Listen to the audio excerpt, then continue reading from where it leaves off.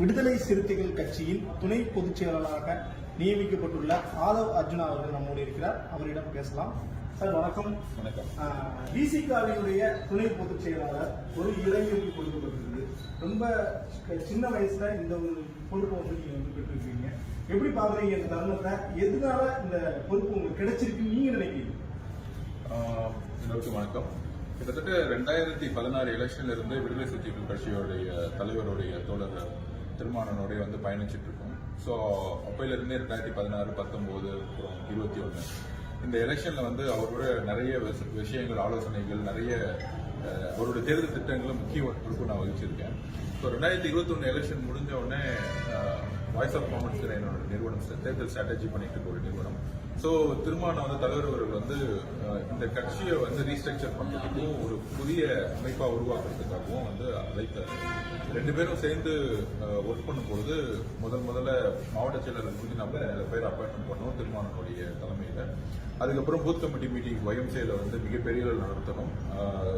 வடக்கு மண்டலத்தில் இருக்கக்கூடிய 58 தொகுதிகளில் 23,000 பேர் பூத்துல கிட்டத்தட்ட 15,000 பேர் பங்கெடுத்து அப்பயும் ஒரு மிகப்பெரிய கிளினிக்ஸ் வந்து நாங்கள் நடத்தணும். அதாவது தேர்தல் அரசியல்ல முக்கிய பங்கு வந்து தேர்தல் வெற்றி பெறணும்னா பூத் லெவல் கமிட்டிஸ்ங்கிறது ஒரு மிகப்பெரிய பங்கு. இன்னைக்கு பிஜேபி வந்து எல்லா இடத்துலயும் ஜெயிக்கிறதுக்கான முக்கியமான காரணமே அவங்க பூத்தை வந்து ரொம்ப வந்து ஸ்ட்ராங்காகவும், பூத் எந்த அளவுக்கு மாவட்ட செயலாளருக்கு வந்து முக்கியத்துவம் கொடுக்குறோமோ அந்த மாதிரி பூத் லெவல் செக்ரட்டரிஸ்க்கு வந்து ரொம்ப இம்பார்ட்டன்ட் கொடுத்து அவங்களுடைய அஜெண்டாஸை வந்து உருவாக்கிட்டு இருக்காங்க.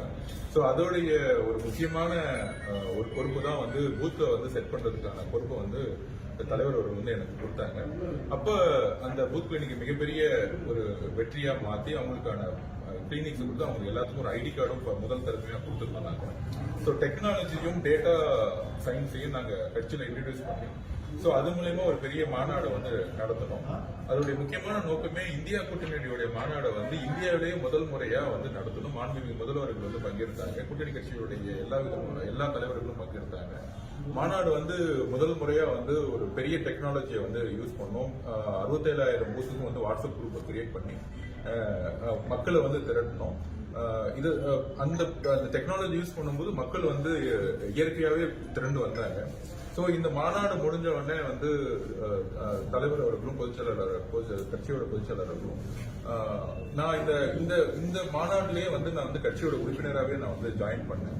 ஏன்னா என்னுடைய மெட்ராஸ் கிறிஸ்டியன் காலேஜில் நான் பொலிட்டிக்கல் சயின்ஸ் படித்த காலத்துல இருந்து என்னுடைய கொள்கை வந்து 2 தலைவர்களை வந்து நான் எப்பயுமே வந்து ஃபாலோ பண்ணிட்டே இருந்தேன். ஒன்னு அம்பேத்கர் அவர்களும், இன்னொன்று அண்ணாதுரை அவர்களும், முன்னாள் முதல்வர். ஸோ பேரறிஞர் அண்ணா அவர்களும் டாக்டர் பாபா சாஹேப் அம்பேத்கர் அவர்களும் நான் ஃபாலோ பண்ணப்படுது. அந்த கொள்கையில வந்து அரசியல வந்து எலெக்ஷன் ஸ்ட்ராட்டஜி ஒர்க்ல வந்து கிட்டத்தட்ட 3 எலெக்ஷன்ல வந்து பங்கெடுத்திருந்தேன். இப்ப கட்சியில ஜாயின் பண்ண பிறகு ஆன்லைன்ல மெம்பர்ஷிப்பா நான் ஜாயின் பண்ண பிறகு தலைவர் அவர்கள் வந்து தமிழகம் முழுவதும் 234 தொகுதிக்கும் அதுவும் 67,000 பூத்துக்கும் ஒரு கட்சியை வந்து சீரமைக்கணும், கட்சி ரீஸ்ட்ரக்சர் பண்ணணும் அப்படிங்கிறதுக்காக நேற்றுதான் வந்து இந்த பொறுப்பை வந்து எடுத்துக்க சொன்னாரு. சோ கட்சியை வந்து ரீஸ்ட்ரக்சர் பண்றதுக்கும் 67,000 பூத்துக்கும் என்னால 67,000 பூத்துக்கும் பயணம் செய்து 234 தொகுதிக்கும் பயணத்துக்காக இந்த ஒரு பொறுப்பை கொடுத்திருக்காங்க. அந்த கட்சியோட அமைப்பை உருவாக்குவதற்கும் இந்த கட்சி மூலயமா தலித் மக்களுக்கும் மட்டுமல்ல, எங்கெல்லாம் வந்து டிஸ்கிரிமினேஷன் நடக்குதோ, எங்கெல்லாம் அட்ராசிட்டி நடக்குதோ, எங்கெல்லாம் வந்து சமத்துவம் இல்லையோ அங்கெல்லாம் வந்து இந்த கட்சியோட உறுப்பினர்களும் தலைவர்களும் இணைந்து பங்கேற்கக்கூடிய ஒரு கட்சியா மாற்றணும் அப்படிங்கிற ஒரு கொள்கையோட இந்த பதவியை எடுத்திருக்கேன். அதுக்கான பயணத்தையும் 234 தொகுதிக்கும் நான் ஆரம்பிக்க போறேன். பொலிட்டிக்கல் சயின்ஸ் படிச்சிருக்கீங்க. ஏற்கனவே அரசியல் குறித்தான ஒரு பெரிய புரிதல், தேர்தல் குறித்தான ஒரு பெரிய ஒரு ஈடுபாடுகள் இருக்குது. நீங்க ஏன் விடுதலை சிறுத்தைகளை தேர்ந்தெடுத்தீங்க? திருமாவளவனை எதுக்காக தலைவராக ஏற்றுக்கொண்டதன் காரணம் என்ன? 1925ல 2 பெரிய இயக்கம் வந்து உருவாச்சு. ஒன்னு வந்து சமூக நீதி பேசக்கூடிய நீதி கட்சி, அதுக்கப்புறம் திராவிட கழகம், தென் திமுக. பெரியார் அவர்களுடைய கருத்துக்களை வந்து ரொம்ப உள்வாங்கியிருக்கோம். சோ அண்ணா அவர்கள் வந்து திமுக கட்சி ஆரம்பிச்ச ஒரு விஷயம், அண்ணா அவர்கள் கட்சி ஆரம்பிக்காம இருந்து தேர்தல் அரசியல் வெற்றி பெறாம இருந்திருந்தா தமிழகத்துல இன்னைக்கு தமிழகமும் கேரளாவும் மட்டும்தான் வந்து ஒரு ஈக்குவாலிட்டிக்காக போராடி எலெக்ஷன் சிஸ்டத்துல வின் பண்ணிக்கிட்டே இருக்கிறோம். மத்த எல்லா மாநிலங்களிலும் வந்து ஜாதி அடிப்படையிலோ, மதத்தின் அடிப்படையிலோ, மொழியின் அடிப்படையிலோ வேற பாகுபாடுகளோ எலெக்ஷன் சிஸ்டத்தை வந்து ஒர்க் பண்ணிட்டு இருக்காங்க. நம்மளுடைய எலெக்ஷன் சிஸ்டம் மட்டும்தான் சமூக நீதி, எல்லோரும் சமம், ஈக்குவாலிட்டி பேசக்கூடிய ஒரு எலெக்ஷனா வந்து எப்பயுமே வந்து பயணிச்சிட்டு இருக்கு. ஸோ அதனால அந்த ஒரு தாக்கம் வந்து நான் காலேஜ் வந்து நான் ரிசர்ச் படிக்கும் போதே வந்து மனசுல பதிவாச்சு. அதுல வந்து அம்பேத்கருடைய எலெக்ஷன் தோல்வியை வந்து நான் பார்த்தேன். அம்பேத்கருடைய அறிவு வந்து ஒரு மிகப்பெரிய அறிவு. அது இந்தியாவுக்கு மட்டுமல்ல, உலகத்திற்கே ஒரு ஈக்குவாலிட்டி சொன்ன ஒரு அறிவு. நம்மளுடைய கான்ஸ்டிடியூஷன் வந்து அவரால் வந்து உருவாக்கப்படலைன்னா இன்னைக்கு இந்தியாங்கிற ஒரு விஷயமே வந்து இன்றைக்கு வரைக்கும் ஒற்றுமையா இருந்திருக்கவே முடியாது. அப்ப ஒரு அரசியல் சாசனத்தை உருவாக்கக்கூடிய ஒரு மிகப்பெரிய அறிவு இருக்கக்கூடிய ஒரு தலைவர் முதல் பொது தேர்தல்கள்ல ஒரு தோல்வியை வந்து சந்திச்சாரு. ஆக்சுவலா இந்நேரம் அவருக்கு ஒரு 100-200 எம்பி இருந்திருந்தா அவரை வந்து ஒதுக்கி வைக்க முடியாது.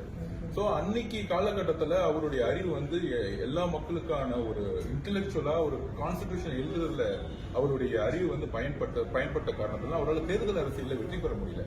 சோ எப்படி திமுக வந்து சமூக நீதியில வெற்றி பெறதுக்கும் இன்னைக்கு ஈக்குவாலிட்டியா பேசுறதுக்கும் தேர்தல் அரசியல்ல அண்ணா அவர்கள் உருவாக்கி தந்த தேர்தல் அரசியல் வெற்றி பெற்று இன்னைக்கு மாண்புமிகு முதல்வர் கூட இன்னைக்கு சட்டசபையில வந்து பல தீர்மானங்கள் வந்து எல்லா தீர்மானங்களும் நீங்க பாத்தீங்கன்னா ஒரு சமத்துவம், ஒரு ஈக்குவாலிட்டி பேஸ் பண்ணி தான் இருக்கும் ஒவ்வொரு தீர்மானமும் சட்டசபையில.